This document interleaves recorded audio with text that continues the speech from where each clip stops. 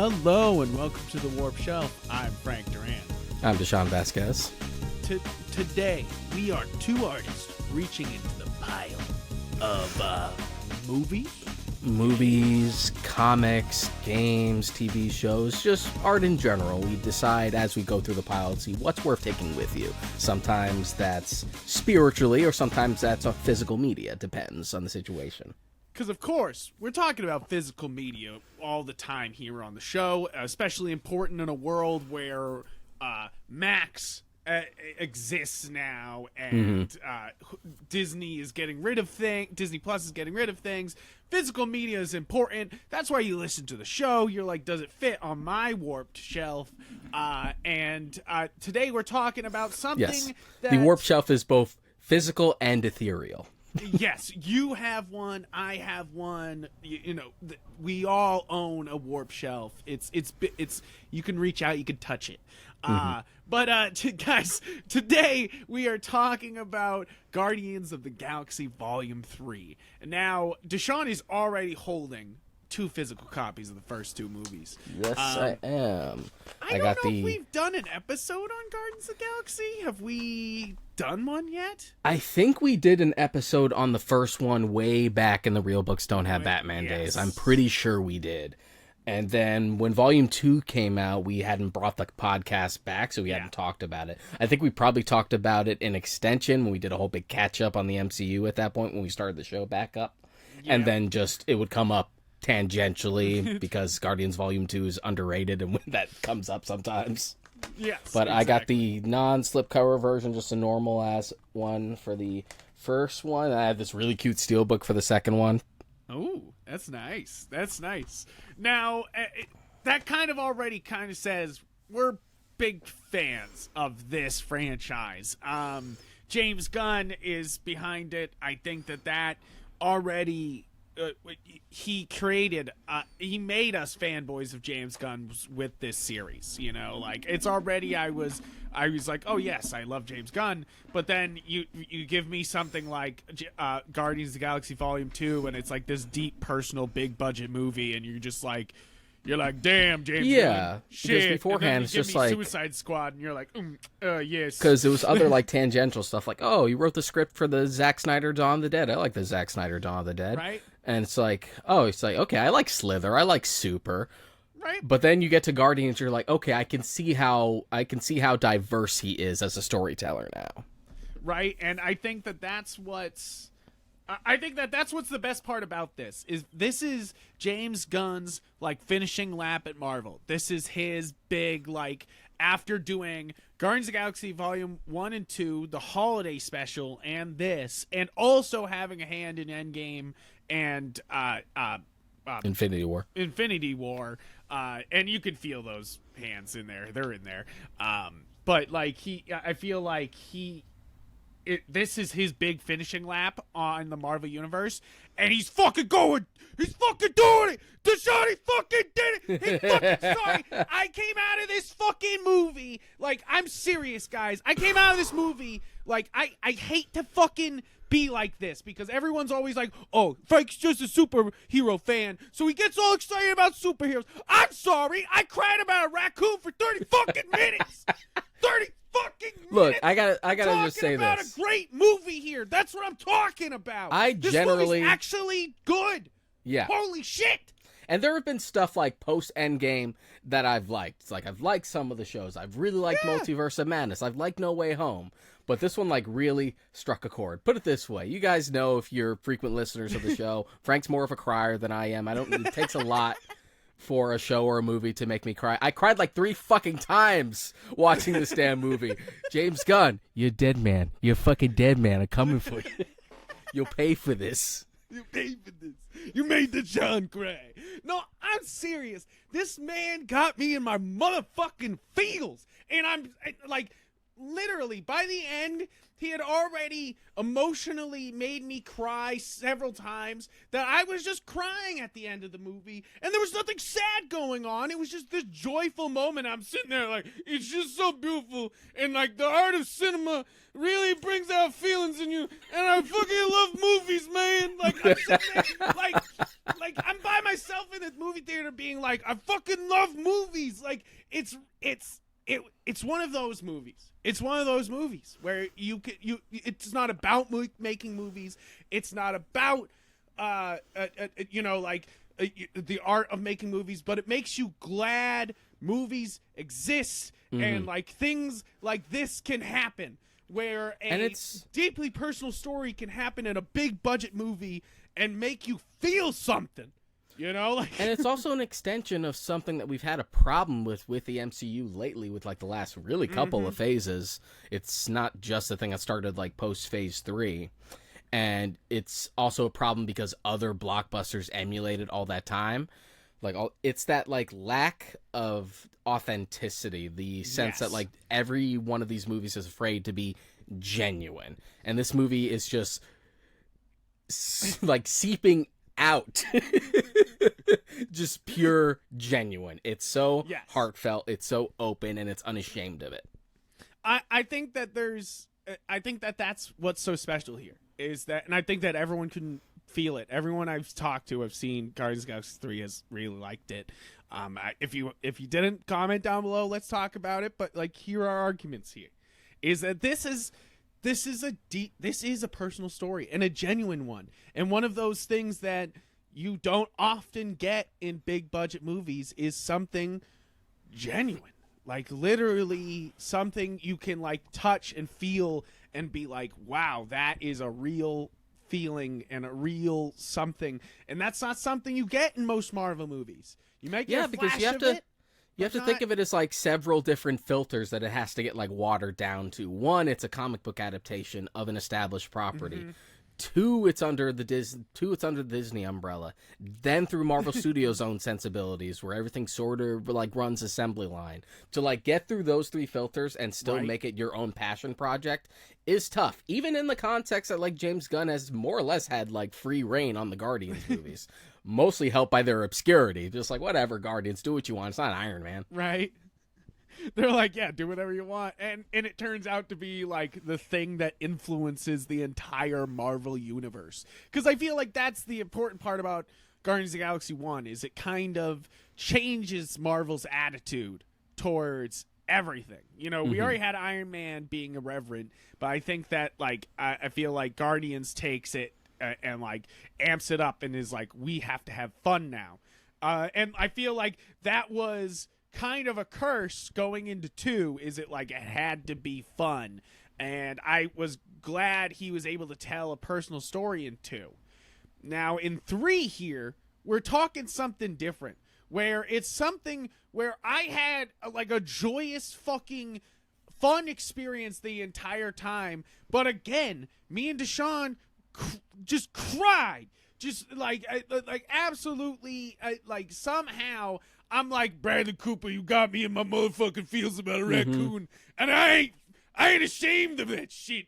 But goddamn, cause I of course love Rocket Raccoon. I've read comics of everyone loves Rocket Raccoon. Yeah, but no one's being like, death of Rocket Raccoon in comics. Oh man, what a serious fucking death, But then you do a whole movie on it, and it's this super powerful, unique thing. That's what I think is fun here, is that we have a comic book movie that a comic couldn't accomplish, and a movie was able to. Yeah, and it also does a thing where a sequel should do, where it makes even the tiniest things from the previous movies have so much more resonance. Yes. Like, just the stuff with Rocket alone made me think back to the way he acted in the first 2 movies. Like, where he's drunk with Drax and he has that breakdown, like, I didn't ask to be made, to be torn apart and put back together over and over again. Or the whole, like, conversation with Yondu in Volume 2, where it's just like, I know exactly who you are, dude. You're me. Yeah, right? You're me. Right? I think that's... I think that that's what's so great about this, is that it informs the other movies, and I think that that's how you do a motherfucking trilogy, baby. And also, like, I need, again, this is going to come up just like it has before. I need you motherfuckers to stop sleeping on Guardians of the Galaxy Volume 2. The disrespect I always see it get. Not that it's, like, outright disliked, but now that, like, the third one is out and I see everyone putting their rankings, everyone always puts Volume 2 at the lowest. I'm like, 2 is better than the first one. Yeah, 2 is better than the first one. It's like, yes, I think that there is a lot of merit and fun and nostalgia now for a lot of people for the first one. But if you go back to it, yeah, I get it. The first one, it's light. It's that X factor of like no one knew what to expect from it, and it surprised you. So that lightning of the bottle couldn't really be recaptured with a follow up. But even beyond that, 2 is richer, deeper. It expands on the characters a lot more. It's just as funny. It's more creative. Like, it does pretty much everything right. And the thing is, the best aspects of Volume 3, I feel like, almost feel like an extension of what we established in 2 specifically. And then 3 is such a resounding response to everything that's happened before, even the holiday special. I did sneak in watching the holiday special right before going to see this movie. Holiday special was very funny, very nice. Yeah. I already harmless. watched it like when it first came out. It was harmless. It's cute. A lot of fun.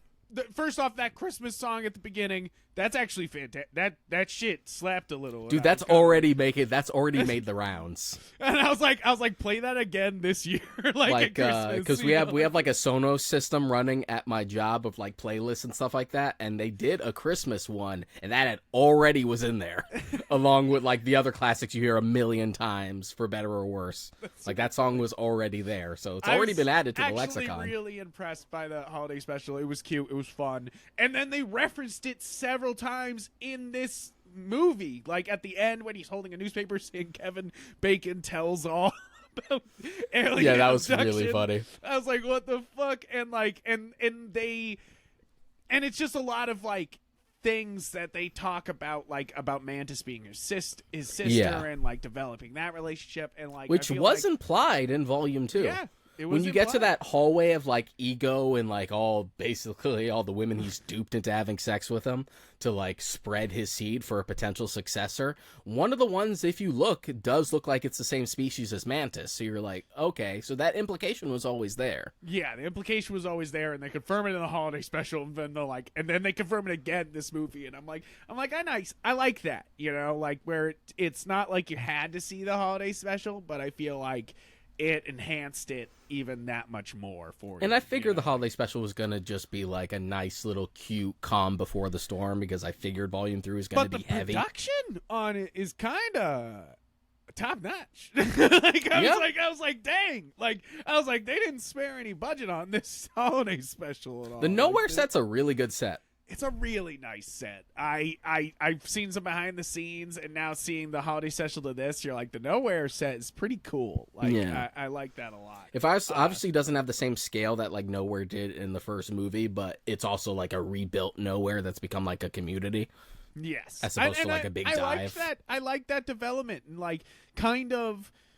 I thought that was also a big narrative part of the Guardians, is that they were all outcasts. And they came together to make their own family, and now they're making a community that takes care of each other. You know, like, and I kind of dug that it's kind of a super logical conclusion for superheroes to be like, hey, we can have this like protected area that we all help each other, instead of being like, yeah, get out there, get hurt again. Yeah, I'll save you another time, I guess. And that is a thing that I feel like we've almost moved away from. With the genre that like James Gunn still comics as well, that like James Gunn still remembers, just like, guys, at the end of the day, this is about helping people, right? It's not just about fighting whoever the next big bad is just so we can have a cool fight. It is primarily about helping people and saving people. And it's also a trope that has disappeared from comics, like you were saying, because we don't have the miniature city of what's Superman's miniature city called? I'm forgetting the name at the moment. Kandor. It's like that is definitely an allusion to like what Superman's saving a little bit of his society and able to like, redeem himself in some way, and able to like, and I feel like that's what. I feel like that's what's going on here too, like it's like they are saving people at the end of the day and creating something better. And I feel like the Avengers never have that moment where they're like, they've saved a shit, like they just saved the universe, but like then again, like for better or worse, because, you know, there's a huge asterisk on top of when this name gets dropped. But pretty much after Whedon stopped doing the Avengers movies, we kind of got away from that. Because there's time dedicated to, like, saving people, organizing the escape in the Battle of New York, and time to be like, let's get all these people on Sokovia onto the helicarriers. There's time dedicated to it. There's attention spent to it.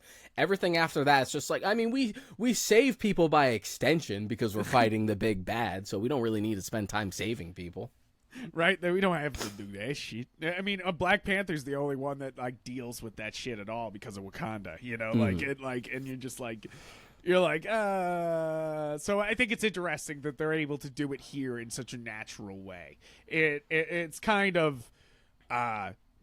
It's kind of Superior Spider-Man's conclusion too, that he finally is just like, no, I create Spider Island, so it's interesting that so many different heroes come to this solution where they're just like, yeah, we can just create a community that actually protects and even Magneto does that with Genosha. It's just like, whatever, we'll just be over here. Fuck you guys. Right? And the Inhumans are like, we got the fucking moon. And you're just like, all right, Inhumans, no one cares. I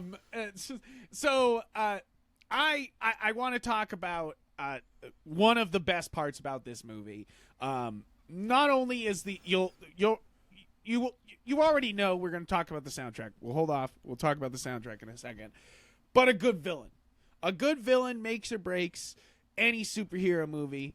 And the High Evolutionary is a fantastic villain here. Yeah. I think that this is such a, his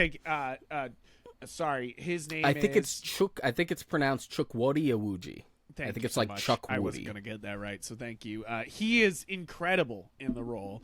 It brings a lot to it, a lot of intensity, a lot of realness. You can see it in his role. He's not afraid to make mistakes as the High Evolutionary to show character traits, and I think that's a hard thing to do acting wise, and he's able to do it. I think he's an absolute fantastic villain, a great add to this, and I think that Adam Warlock is like a sad. It's like a side villain is fun too. It's kind of like a. Of course, he's not going to be the true bad, but he's kind of I knew basically because we did the Infinity Gauntlet storyline without Adam Warlock, I knew it wasn't really going to be the Adam Warlock I wanted, and so I was just sort of already going into that being like, whatever, do your own take, just like you did with everything else. And for the function he served, it works, but I know James Gunn has even talked about how that was the hardest thing to try and squeeze in there, but he didn't want to not pay that off after he set it up in the second one. I want to say that that's one of the better parts about this whole movie is it feels super comic booky because of the Adam Warlock start. Like how comic book eventy is Adam Warlock shows up, kicks everyone's ass, just beats everyone's ass, just comes in, fucks up nowhere, beats everyone's ass in the Guardians of the Galaxy, steals Rocket, and fucking leaves. That's how event comics start. Yeah. I was like, hell yeah, that feels so comic booky. I love it. That's the other thing about this is I feel like this is, as much as it's a victory lap for James Gunn on Marvel, it's also him being like, hey, don't worry, I fucking love comics. We're going to DC. Yeah. I fucking love comics. And, but going back to the High Evolutionary as a villain, just such a menace. And also it's nice.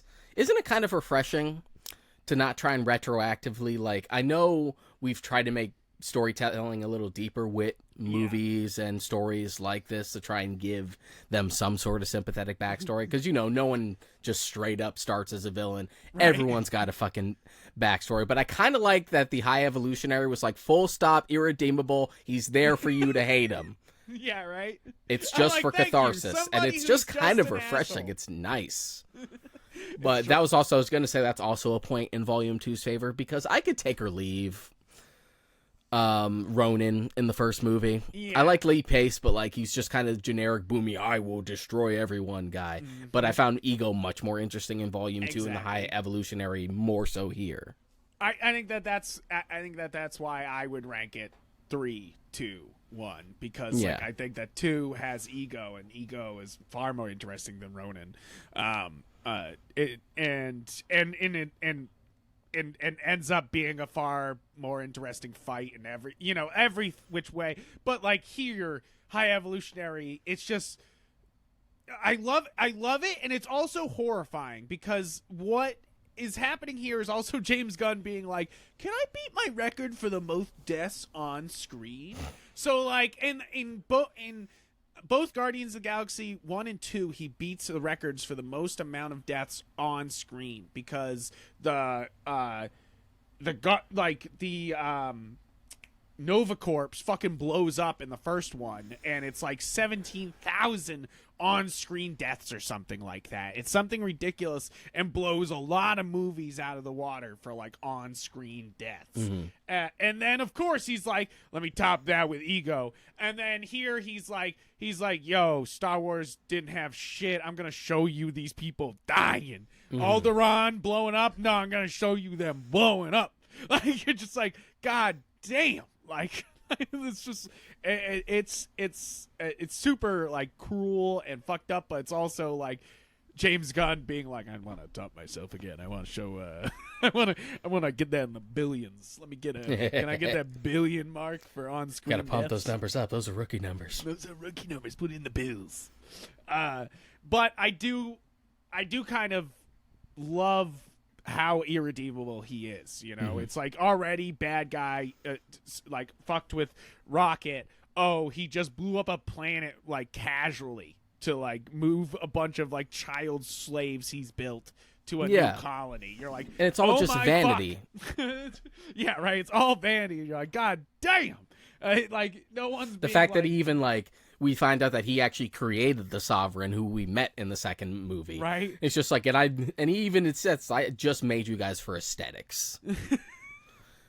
Like right? I am literally playing God, and it's like, oh, wouldn't it be cool to have a bunch of golden people? Why not? Why not? Because life is literally my plaything. Oh man, I kind of like that like they got like super nerfed except for Warlock, like I said, they got like totally beat down by High Evolutionary. I think that High Evolutionary story is really cool and really well integrated into Rocket's story, and I think that is what makes this so powerful, is that you have this scary villain who it has this terrible thought process, but at the same time, that a bunch of people might agree. So you're just like, oh, Jesus Christ, and and then you have Rocket, coming to terms with being alive, pretty much. Like in the great stories of like what is human, what. Like as of like there's tons of media has done like what is human. I mean, Pinocchio of course is and all the adaptations of Pinocchio, but of course you could point to like the Data episodes of Star Trek The Next Generation as some of the best like what is a human, and I feel like they do a fucking fantastic job here of being like what makes a life, what makes something worth saving, and I think that's what makes this such a great story also, is that at the root of it is asking the question of like what is worth saving, and then you're like in a world of carelessness from the High Evolutionary, we care about everything, as the song says in the movie, we care a lot, and you and they try to save everybody at the end there, and I think that's what makes this a poignant story, but also a relatable one. Like if I feel like sometimes we all like to think that if we could save all the animals, we would save all the animals, and I feel like that's also here in this story, like I tell you what, this movie's gonna fucking traumatize a whole new generation into animal activists. Oh yeah, absolutely right. I thought that too. I was like, they didn't even need to do like Rise of the Planet of the Apes, being like, hey, look how fucking bad this is. They're like, just look at this sci-fi bullshit, and everyone's like, hell nah, like, not my raccoons. Yeah, even beyond like even beyond like Rocket and Co and his friends eventually getting off, like you could have just taken one look at Floor and what they did to this poor little fucking rabbit to be like, yeah, this ain't right. This ain't right. And what they did to my man, the Teenage Mutant Ninja Turtle. What the fuck? That was fucked that was up. so weird. Everyone's weird? thought was like, is that a fucking Ninja Turtle? I was like, Michelangelo? What the fuck? And then they killed him. I was like, damn. It was also funny that it was like on screen for like less than a minute and it looked better than like the CGI turtles we've actually tried. Just like, that looks so much better. If we actually had a TMNT movie that looked like that, it might actually work out. It felt like somebody on the cast was like, yeah, I worked on the Teenage Mutant Ninja Turtle movies, and I want to make a better version of it. Can you let me do that, James Gunn? And he's like, yes, I can. Like, you know, like, that's what it felt like. It felt like somebody was taking another swing at CGI Teenage Mutant Ninja Turtles and doing a fucking great job of it, even though it's only on screen for a second. Also, I loved all the designs of all the combined animals. That shit was... That's some amazing design work. I was really impressed by that, and the way it looked the whole time. It's a bunch of CGI. It looked great. I think that in a world where we've had a lot of ugly CGI, even in Thor movies, we didn't have a single fucking bad CGI in this movie. I didn't sit there at any point and be like, what the fuck was that? You know? Yeah. You know, which has happened in several movies recently, even in Ant-Man. And hell, that was the biggest... like moments where you're like, what the fuck? I mean, that was the biggest worry going into the first Guardians when that came out. It was just like, oh man, how are we going to do Rocket Raccoon and make it look feasible? Right. How are we going to do like anthropomorphic... Like, Groot I could see, because we've, like, done similar stuff, like, with the Ents and stuff like that. Yes. It's like, okay, there's sort of a template there. But anthropomorphic talking raccoon next to, like, real people. Right. And it have it not seem like, huh? What are we doing? I really love that.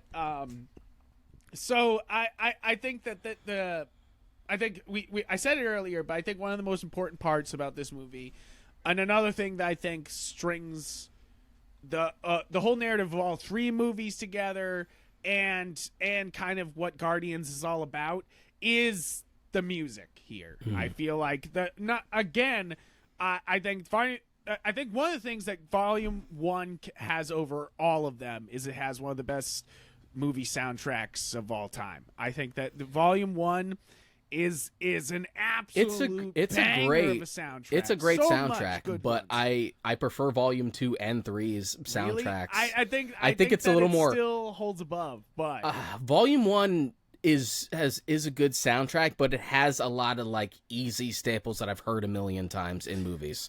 Like I literally never need to hear "Spirit in the Sky" in a movie ever. But fucking isn't that again. the point? Is that like Chris Pratt only knew 80s movies, you know, like I mean, you know, true, Peter Quill only but knew 80s movies. the like mixtape in the second right? the mixtape in the second movie is the one his mom gave him from the envelope, so that's also just 80s stuff, and that also had a lot more like that was thinking more outside of the box. Like I like Volume 1 soundtrack a lot. Hell, when that movie first came out, you and I were listening to that soundtrack on a loop while we were reading our books.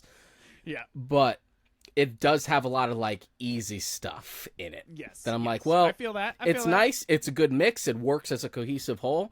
But there are a few of these on here that I don't really need to hear in a movie again. I feel that. There's certain movies that they'll play a song and I'll be like, and I mean this song, you know, like so you have to be in like, in my mind, I think the soundtracks have only continued to like top each other. Yeah, I think that's the thing is that's what I'm saying here is that 3 is actually a really fantastic soundtrack. And I think it opened itself up because we gave Peter the Zune at the end. So it's like, okay, so we're not limited to just like the 80s as the stopping point anymore. So as soon as this movie opened with fucking Radiohead, I was in. Yeah, right. With Creep. I was like, okay, all right. But I really love this soundtrack. I've been listening to a lot of things off of it. I'm definitely gonna try to grab the vinyl myself because I have the first one and I might as well get the other two. And I think that this is one of it's amazing what he's done here, because the other ones they tried to be diegetic, like you'd start the music and it'd play or something like that, but there was a lot of scenes where just music would start. he was very deliberate about music being diegetic in this movie most of the time. It's coming from the Zune. Like it is being played over sound systems, like, or somebody's hearing it at headphones. Like it is always directed by the actions in the scenes. And I think that is so deliberate and so, first off, a feat to do because it's very hard to do in a movie, but also it's something that makes the music personal to the characters, and I think that's what makes this soundtrack almost even better than the other two, because it somehow connects even further with what they're saying and doing on screen, because it's literally in the scene, like it's playing, music's playing, like I love that. It blows me back. There's a lot of great songs on this one. I say my favorite that I found on this one that I hadn't heard before was "We Care a Lot" by No More Faith. I think that song's fucking fantastic. Did you have one that you've been listening to a lot? Specifically Dog Days Are Over, just because I really love the final like dancing scene. It's just like tears of joy all around. So I had that on a loop for like most of yesterday. But I've been bumping the soundtrack on repeat. And if you guys are like fans of the show already, you know that I'm a big soundtrack guy. Yep. Like my relationship with music is weirdly passive, so when I have like a banger soundtrack, it helps me get into stuff like that. And I haven't gone this hard on a soundtrack since Last Night in Soho, which made me realize it's always fucking James Gunn and Edgar Wright, because before that it was like Guardians Volume 2 and Baby Driver. Right, because they're making these amazing soundtracks. I fucking love it. Now, I think that it ties into everything, and I think that what I'm saying about it tying into the plot and tying in is that like the music and how these guys feel about each other is shown not only in the music but also in the montage and what's going on. A lot of nonverbal communication, a lot of nonverbal story beats in this. I was really impressed with that. Like, it did not feel like it needed to come out and be like, okay, Marvel audiences, for the people in the back, this is an emotional scene. Let's all pay attention. Like I felt like it's a smart movie, and it knows it's a smart audience is watching it, that it's carried across two movies, and it kind of knows that it can do something like this. Yeah, for as like emotional and as sad as it gets, I kept realizing that like it was all the little stuff that kept starting like the waterworks up again. Yes, right. The little things, like, dude. It wasn't like the big, grand, like super, like, oh, it's fucking big sad right now. It was more like the little things. Like the first one was when like we start the flashbacks with Rocket and he's in the cage, and the fact that his first word is hurts. Yeah, that was the first one to be like, Jesus, that's so small. That's so small. But it but it already hits like a fucking truck. It hits like a truck. I get you on there. I didn't cry until later. That was painful for me, but it was when Lila I'm saying that right? Lila, right? Yeah. Lila gets shot. I was a mess at that point, like I was like, oh no. I knew it was coming because every time we do like an adaptation of where were they? And every time we do an adaptation of Rocket in like modern continuity, we tend to, because if you don't know, back in the old days, Rocket had like his whole like animal crew. Yep. But every time we do a modern adaptation of Rocket, we tend to kill those characters off, and we always like establish that they existed, but they died so Rocket could live. Like, even the Telltale Guardians game did this. So really? I obviously knew that, like, these animals were, like, gone. Goners, regardless. Of course. We knew that. So, like, I was like, okay, it's inevitable. What made me cry in the moment was just the sheer fucking rage from Rocket when he tore through the High Evolutionary's I wanted to bring face. that up. I wanted to bring that up, is that I've already talked on this show about Neon Genesis Evangelion making me cry with the Shenji scream, because I think it's one of the most like raw animated screams I've ever seen, where it just feels so real and from like the bottom of his fucking soul. I was crying like a baby when Rocket fucking screamed like that. I went from being like, I'm fine, I've stopped crying from Layla being shot. And then he did the, and I was like, no! You see, Like, it wasn't. I was it wasn't in my like seat the. yelling. Like, It wasn't like the "No!" scream for me. It was when he pounced on the High Evolutionary, started tearing his Really? face off. Just like I found the rage and just like the bestial, like all I want to do is bring this man hurt. I found that the saddest. I found it's like so pathetic, and the fact that you have like Floor in the background and it's already become a meme, like Rocket Teef's Floor go now, Rocket Teef's Floor go now, and Teef's being like pleading with Rocket's like, please stop. Right? Please stop. Oh my God. I was a mess with the scream. I gotta give it to Bradley fucking Cooper, man. Like, I gotta give it to him. He fucking unleashed some shit there. He fucking like let out that was pain, and that was caught on screen, and like. And they were able to put it on a raccoon's face and make me cry about it. And I was just like, damn! I was like, what the fuck is going on here?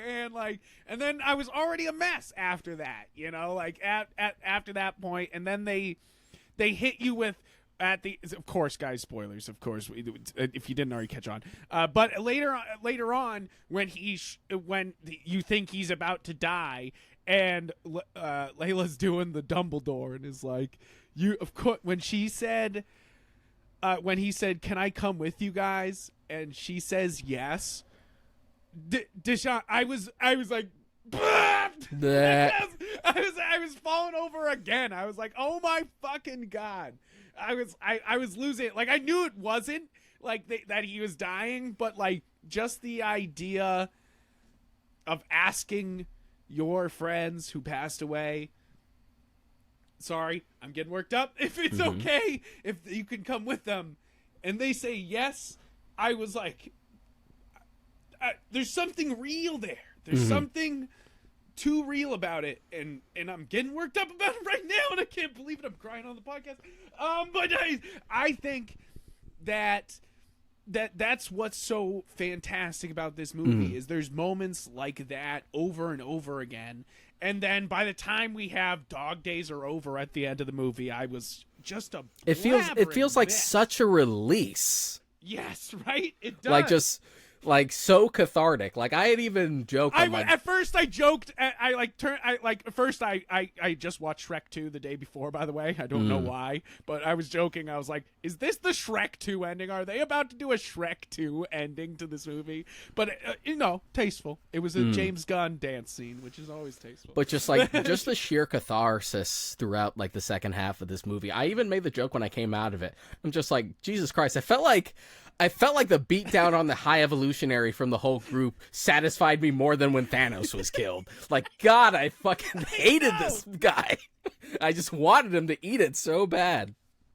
It's so and true. Also, talking about, like, Bradley Cooper, oh my God, what a flex on James Gunn to be like, what if I gave Linda Cardellini this what if I had, like, her do this great performance as a CGI otter as opposed to just limiting her to just being Hawkeye's wife. Right? You're like, holy shit, that's crazy. I'm fucking nuts. I was like, holy shit, guys. I was also really impressed by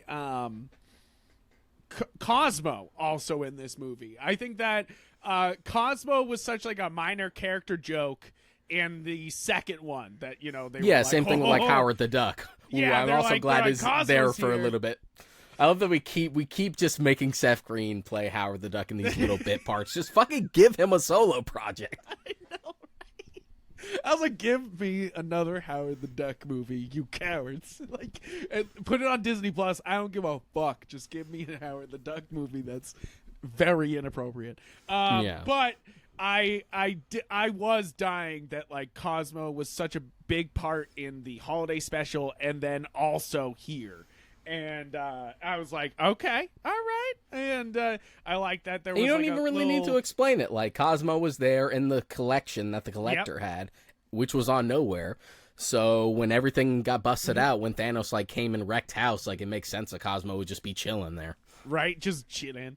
And I think that that's what's I thought that was so great that they just kind of like were able to weave in this strange comic book character without having to like even fucking explain it other than a card scene where they're like, the Russians sent me up. Yeah, which is good, which James Gunn has this great sensibility for, where it's just like, yeah, like he respects the audience to be like, yes, it's comic books, they're ridiculous shit. Who cares? Yes, there's a talking telekinetic dog. Who gives a shit? There's also a talking raccoon over there. Like, that's where you're gonna draw the line? Come on. I mean, I know people will probably be like, why were they able to detect the guns on Peter Quill but not under Groot? And I'm like, because I am Groot. You're like, shut up. Who cares? It was dope as fuck, man. Mm-hmm. We had John Wick Groot there for a second there, and I was okay with it. Like, I was just like, I am totally fine with this. Fucking swole Groot in this movie. I do like well, in the holiday special as well, just fucking right? Yoked. Like, you're like, okay, he's looking a little bit more like Vin Diesel. And I also love that they by the end they made him look like Giant Groot from his like original comic book appearances, which was like much more like monstrous and like a monster. So I'm like, oh, that's a cool nod. I do like the new Guardians team that they have. I would watch that movie. You know, like it's like they are definitely ending this team, and the team that like everyone loves is over. Guess what? That's comics, baby. Team's over. Fucking new team lineup. Yeah. We're doing another reboot. Like this felt like such. Like, this feels baby. Like what the end of a comic book run would feel like. Right. We're like, no, it's not over as in everything ends. Things just shift and move on. Exactly. I feel like a lot of this part of. Are we phase 5? Is that what this is now? Yeah, I think with Quantumania we started phase 5. I feel like this phase 5 has been kind of feeling like that, where it's kind of like, okay, like we're moving beyond, like it's interesting. It's like a handoff. It's a big handoff for phase 5. I'm worried about it, of course. I think that they'll try to do all these movies where it's all the younger heroes, and of course that won't work, and we will do what we do in comics, and we'll just be like, nope, it's this person now. This is young Bruce Wayne. Who gives a fuck? Sort of thing. Where they'll be like, we panic this and is Tony we panic and we Stark backpedal. now.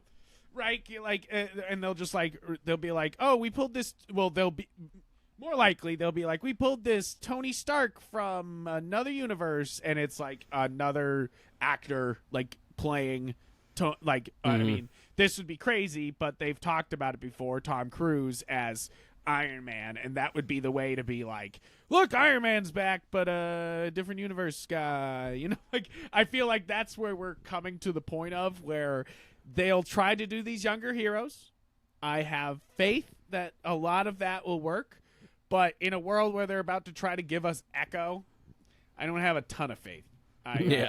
It's like it's one of those things where we're having this absolute high of the Marvel Universe. Probably one, and I'm saying this unabashed, guys, this is one of the best Marvel movies. No fucking shot, no fucking cap, no fucking whatever you want to say. I'm not fucking lying.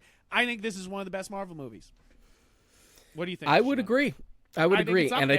I think it caps off what is now the best trilogy in the MCU, which I would say Cap previously held that record. Not anymore. Not anymore. Like, I feel like this is such a strong trilogy. I think that this is. I'm super impressed by it. Yeah, and there's so many. There's so much to fucking like pull back. Just beyond the fact that we almost didn't have James Gunn for this movie, remember? There was that period where he was gone.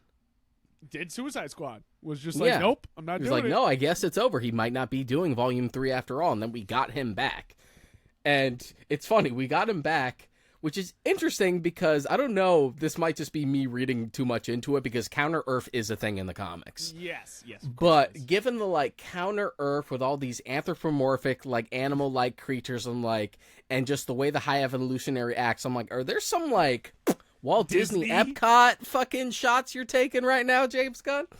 especially with the high evolutionary thing taking off, like it's one spaceship, like it's Epcot. Like Exactly.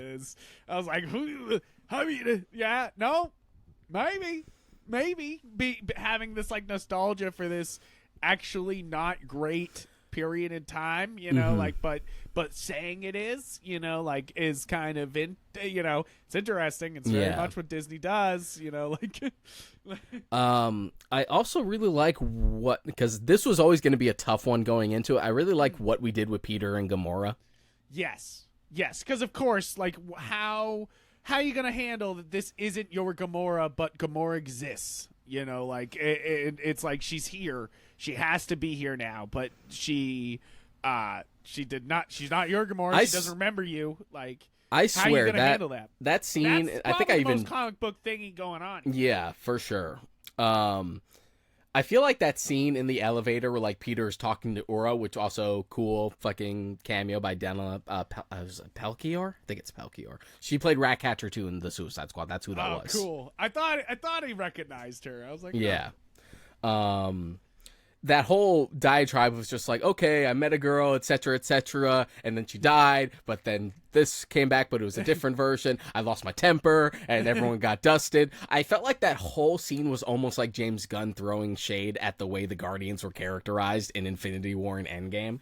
Yes, because I've said this before. He said it in quotes. He doesn't exactly agree with it, but he's kind of like, it is Peter. You know, it is what it is. Something and Peter would do. It's in the same way that like this happens all the time in comics with event comics, for like characters are written not by the series writer who's like doing stuff with them over there. Everyone being like, why is Hank McCoy now a god of the mutants? What the hell? He was cool as Beast. And I'm like, no one gave a shit about Beast. Don't lie. No one gave a shit about Beast. Hey, you're not an X-Men fan. People do give a shit about Beast. I'm just saying that, like, it's one of those things that they made a character cooler and deeper, and everyone's like, hey, and stuff like this is always temporary. We keep fucking falling for it like it's gonna last forever. It's the same thing as like they changed the Punisher logo, and you're like, yeah, for an event where he's in the safari. Like he's in the jungle. Like, yes, of course he's changing the logo to fit the fucking jungle vibe. Bro. Yeah, like, fucking relax, right-wingers who have never read a comic in their lives. It's just like one of those things that no, it's not. I wouldn't even say it's right-wingers.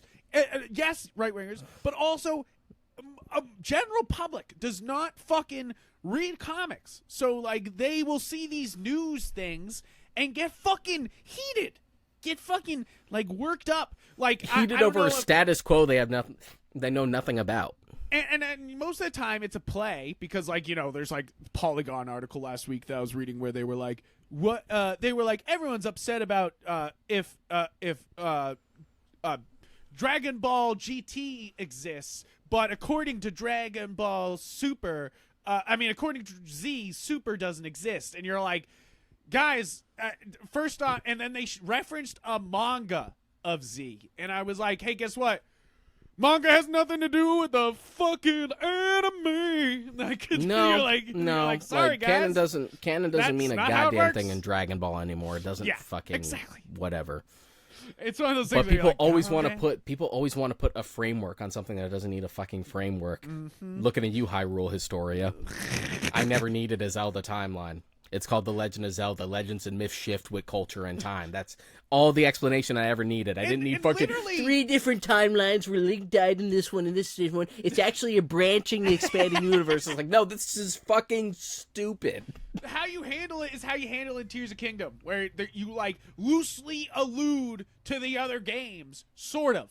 Yeah. You know? Where you're like, hey, the temples had sages. Guess what? New sages. You know, like fucking shit like that. You have like a specter, like a skeleton specter that teaches you sword moves in Twilight Princess. It's implied that it's the hero of time, but it's not outright said. Right. Like stuff like that, where you can project your own theories onto it, but you don't get a straight answer because an actual answer will never be as satisfying. No one's gonna be like, oh yes, thank you for this very nice. But the Gamora, but going back because we went way off track. But the Gamora thing, like It's a tough compromise, but the reason why I felt like it was almost like sort of shaded is because it is something that James Gunn was sort of like saddled with, which Yes. makes sense. You make a movie where you include two of Thanos' daughters. Guess what? When Thanos shows up, they're gonna be involved somehow, Yeah. and things will probably change. And he But gonna kill one. That's comic. but lore. it's one of He those gonna things kill where one. like it's not that Star-Lord is out of character in Infinity War and Endgame, but he's slightly off, and it almost feels like we sort of ignore the character arc that we went through in Volume Yes. 2 where he became more mature. And also, they make him a little too dumb in Infinity War. Not the, like, losing Yeah. his temper, hitting Thanos' head. That doesn't really bother me. It's just the general, like, humor around him. Like, I think someone had, like, put it that, like, it felt like Marcus and McFeely were writing Star-Lord as Andy Dwyer instead of Star-Lord. Yes. Exactly. They were like, let's make this funnier. They were like, we know Chris Pratt is funnier. Let's make this funnier. Like, You're there's a great arc in yeah, Volume but- 2 for him, and it's almost like Infinity War is kind of a step backwards, and, like, Volume 3 is a return to form. Yeah, I think so too. And I feel like it. You know, you see him kind of dealing with everything in the holiday special too. You know, like, so it's like it's not exactly. You know, he's already trying to deal with it all. You know, like I feel like Yeah. not only James Gunn, but Chris, Pratt, but Peter Quill. You know, like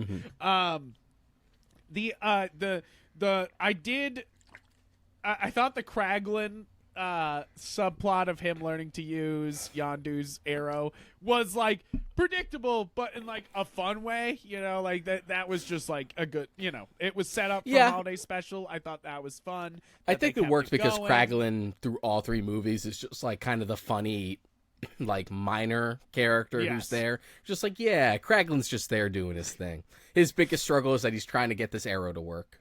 Right. I did really like that it was like Mantis, Drax, and Nebula together for a lot of this movie. You know, like I thought that was fun too. That you got a lot of like time with them together and see how they work. And I thought Drax had some great moments in this movie, but I really liked Nebula in this movie. But I think the coolest bit about Nebula is all the time she just gets fucking ripped apart, and then she has to Terminator herself back together. Yeah, and you're we just had like, holy fuck. We had a little bit of that, like, here and there in the first movie. We kind of forgot about it in the second one, so I'm glad Yeah. that it was here again. Where she's just like, no, Because she did back. stuff like that in the first movie, where, like, her jaw got dislocated and it had to, like, pop back in place and stuff like that. Right. I think it's fun because I think but it Karen is- Gillian's really good at that physical, she's really good at that physical acting, you know, is Yeah. able to like do those things without being like cheese, you know, like Yeah. it's believable.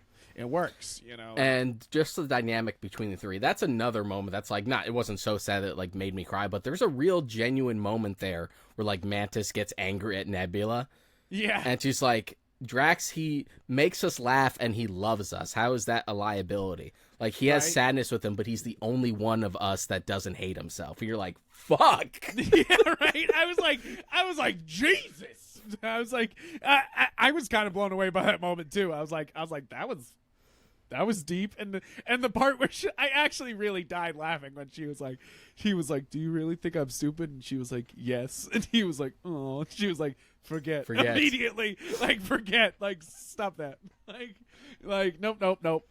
can't hate yourself. And like, there's some genuine stuff here with Drax as well. yeah. Like, we've said it before, goddamn, Batista can act. Like, the man has such genuine talent. And I'm also Seriously. glad that, like, he has the, like, forethought to be like, this is it for me with Drax. I want to, like, expand. I want to, like, challenge myself and play Right. more, like, interesting and diverse characters besides just the heavies.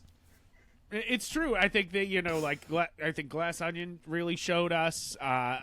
You know, he shows up in he's, you know, in Army of Dead. He was big in that, and then we have. Oh, I haven't seen Parachute yet. I haven't seen that yet. I will have to watch that. And then I heard Knock at the Cabin's just not good because it's M. Night Shyamalan. That's not his fucking fault.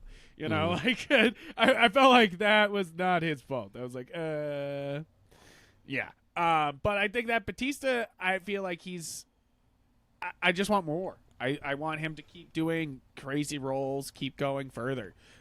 It's not like I think John Cena does a great job, but there's something different about Dave Bautista. You know, like I feel like, and I think John Cena really showed himself in Peacemaker, and I'm excited for more from him.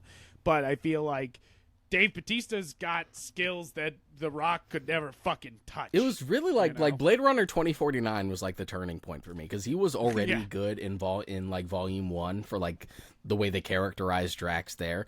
But like, even though Bautista's only in Blade Runner 2049 for a couple of minutes, that one performance for him is just like, this guy has something. This guy's got the talent. Like, exactly. I want more. I want more of that. I don't mean more Blade Runner 2. You know, like, let's keep going with that. I know Netflix tried to keep going, and I feel like we can keep going. But I don't necessarily need Blade Runner to become a full-on franchise. Maybe it'll just be destined to have a movie once every 30 years that it is critically loved but doesn't do shit money-wise. Yeah, and we'll just keep it at that. You're like, I'm okay with that. I'm okay with that. It's as long as it doesn't end up like Alien, where we're getting like an Alien movie every 3 years and they're bad, and they're like, all cool. fucking trash. So. Yeah, and you're like, thanks. Why bother? You're like, Ridley, stop, my bruh, go back to the Martian. Go do something else. He's doing something else. I forget. He's doing something else. How do we feel about like set pieces in this one versus like the locations that we got to go to? Yes, I've already said it. The music works into every set piece, and I think that's what makes these even more special. But I think that I loved the going into the like organic, company and trying to steal the secret. First off, because Nathan Fillion's there. That was hilarious. He's fucking amazing.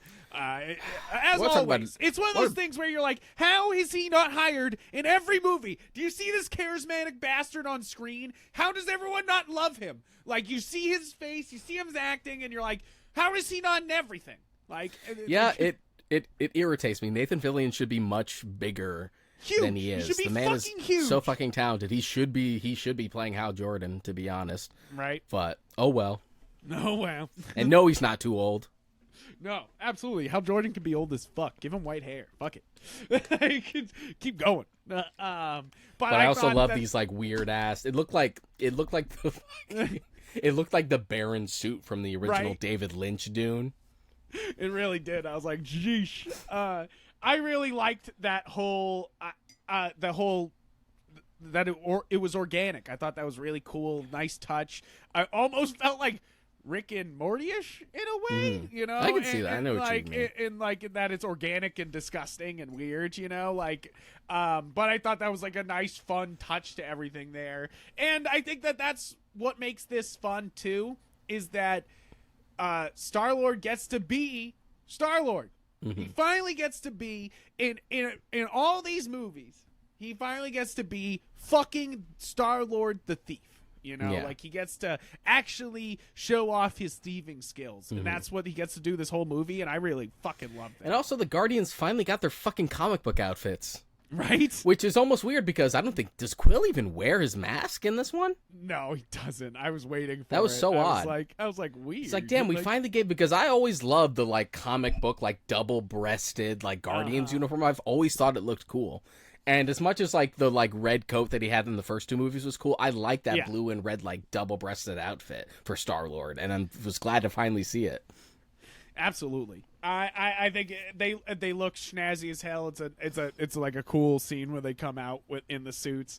And I think I'm even okay with Adam Warlock's look too. You know, like I'm okay with his. It worked. You know, like I think it worked well. I think that you got to give it to Will Poulter.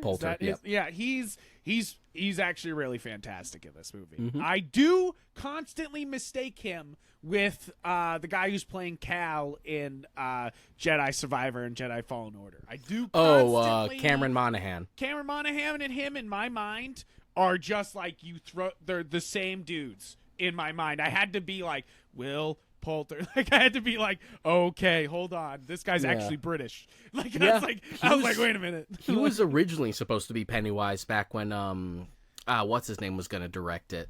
It was before Andy Muschietti, like, got brought on the project.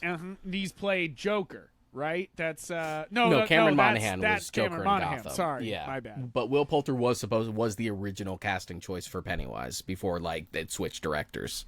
Interesting. Um, I thought he was really great in the role. I want more of him. I also want more of. Besides the point, Cameron Monaghan, I think he's also fantastic. I know that has nothing to do with anything, but I mixed the two of them up, and I just want to say I love them both. Like it's kind of one of those things where I'm just like, yes. Like I'm like they're both good. They're too good in roles. Like I think that absolutely, as a guy who just finished Fallen Order, I'm like, yeah. That guy can be in anything. And then Will Poulter, I'm like, yeah, that guy can be in anything. I think I just want more. Adam Warlock is one of my weird favorite Marvel heroes. Like kind of like I love the Human Torch. Like I love Adam Warlock for some weird reason because he's weird. He's weird. Like and he's gone through a couple weird iterations. And I think that I want more.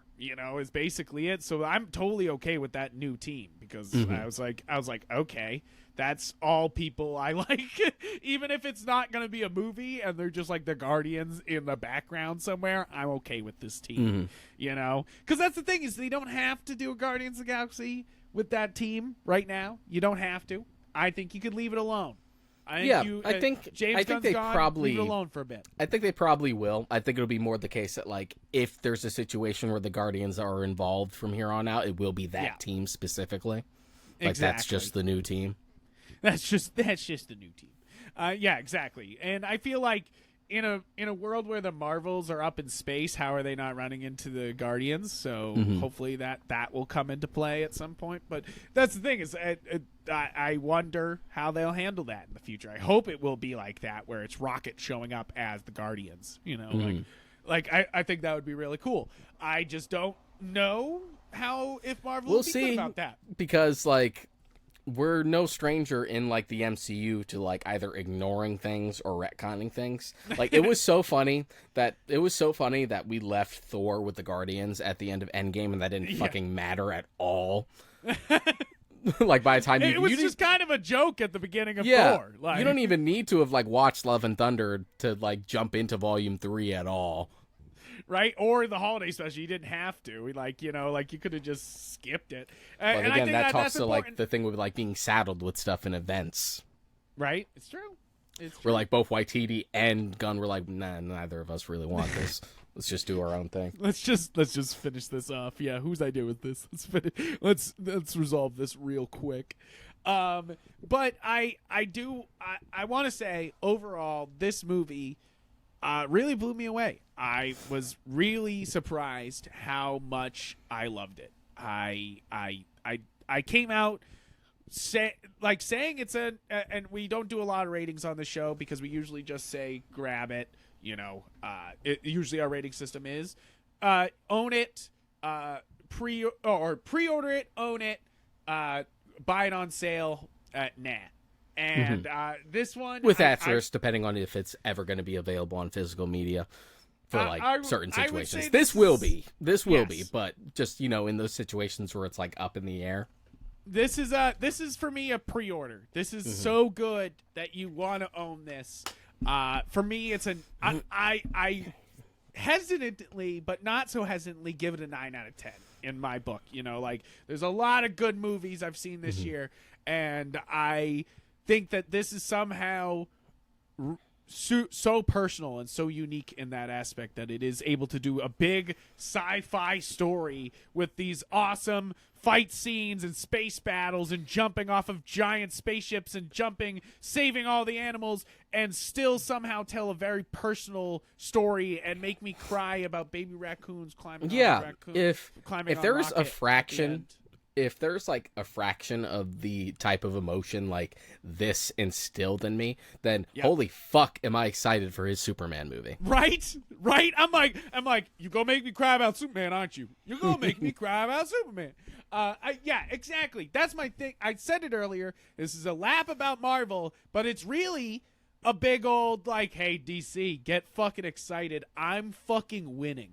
I'm on a fucking winning streak, and I'm coming to DC fucking hot. I'm coming knowing I'm a fucking comic master, and I'm excited about it. I'm excited about a very personal Superman story, and I'm excited to see what happens in the Flash movie. As much as it's a problematic thing with Ezra Miller and stuff like that, I'm excited about it, and the weird things I hear are also wild, because they are going crazy with that movie. They're I was hoping. I mean, you would have satisfied me enough by Michael Keaton's here. Okay, yeah, I'm fine. Deshaun, but if you're gonna do some rumor, multiverse shit, yeah, what do you think about the rumor that they're gonna do Nick Cage Superman?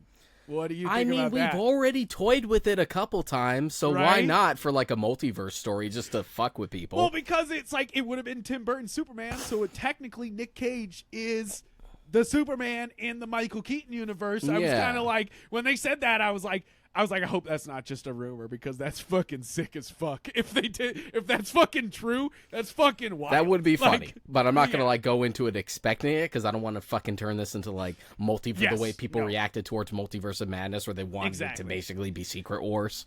Yes, where they just were you didn't give me the thing I was never promised to begin with. Yeah, what the hell? This wasn't the movie that was theorized on YouTube. Yeah, I watched several 2-hour-long theory videos on this movie, and the hour-and-a-half movie did not satisfy. You're like, they made up some weird shit over there, bro. Play some D&D, and you might get some stories like that. I'm sorry, you can't fucking nope. But I'm really impressed by this movie. I think that this. I want it. I want to own it. I want a trilogy set. I want a Guardians of the Galaxy, all 3 movies in a Blu-ray. That sounds nice to me. Yeah. But with special features, I need them special features deep. I need them deep. I would hope. I know he did commentary I think he did commentary tracks for both movies, so I hope he does it for the third. Cool. Hopefully. I get really annoyed when there's not a commentary track on my Blu-ray. That's literally my favorite. If you're gonna have one feature, that's the one I want. I mean, I need some featurettes. I might be particular, but I need some featurettes. Commentary's cool, but I need a behind the scenes, looking at the making of the movie. That's what I need, or something of that sort. That's what I'm looking for in my Blu-rays. I got the Neon Genesis. I want to see footage of Linda Cardellini and Sean Gunn in their pajamas. Yes, having these really emotional scenes. Right? I'm please, I would like these. But I'm really impressed by this movie. It made me laugh. It made me cry. It made me dream of the future of Superman and DC. I'm gonna say, go see this movie. Go see it in theaters. First off, because of how well the music works with everything, and you want to be enveloped in the music. That's what I'm saying. Go see it again. Go see it in theaters again. It will be fine on Disney Plus, but it won't be the same. You want to be surrounded by that music in this. I don't often say that because I'm fine with watching things at home, but.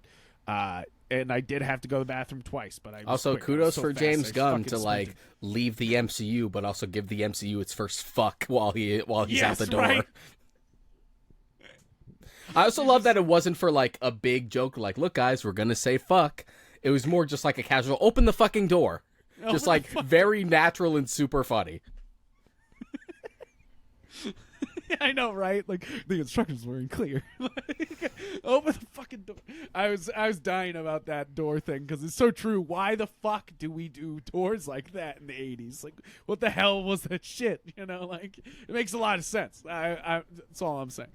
But and also I will say this too. I don't think we've said it. We said the CGI was great. The makeup in this movie is absolutely top notch. I think you have to give it there. Is that it had Star Wars level makeup going on the whole time, and in a fantastic way. Yeah. And it really just kind of closes the book. It's a great trilogy. It ends a lot of great character arcs that have been consistent throughout, and I like where we leave things. Also, the I love you guys fucking killed me. And Yeah. I had wondered what the implication of that was, and then James Gunn confirmed what I thought it was That less everyone like, understands. yeah, Groot. we as an Yes. audience now understand Groot because we've spent so much Yes. time with him, as opposed to Groot That's what I suddenly thought. speaking English. Instead of Yeah. being like, oh yes, Groot. Because we finally kept doing learned that as a other running words. thing with the other Gamora, as she finally understands them. We as as viewers now finally understand them. I'm like, that is so fucking poignant. I love that. Yeah. I think that there's a lot of layers to this movie in a surprising way. I'm.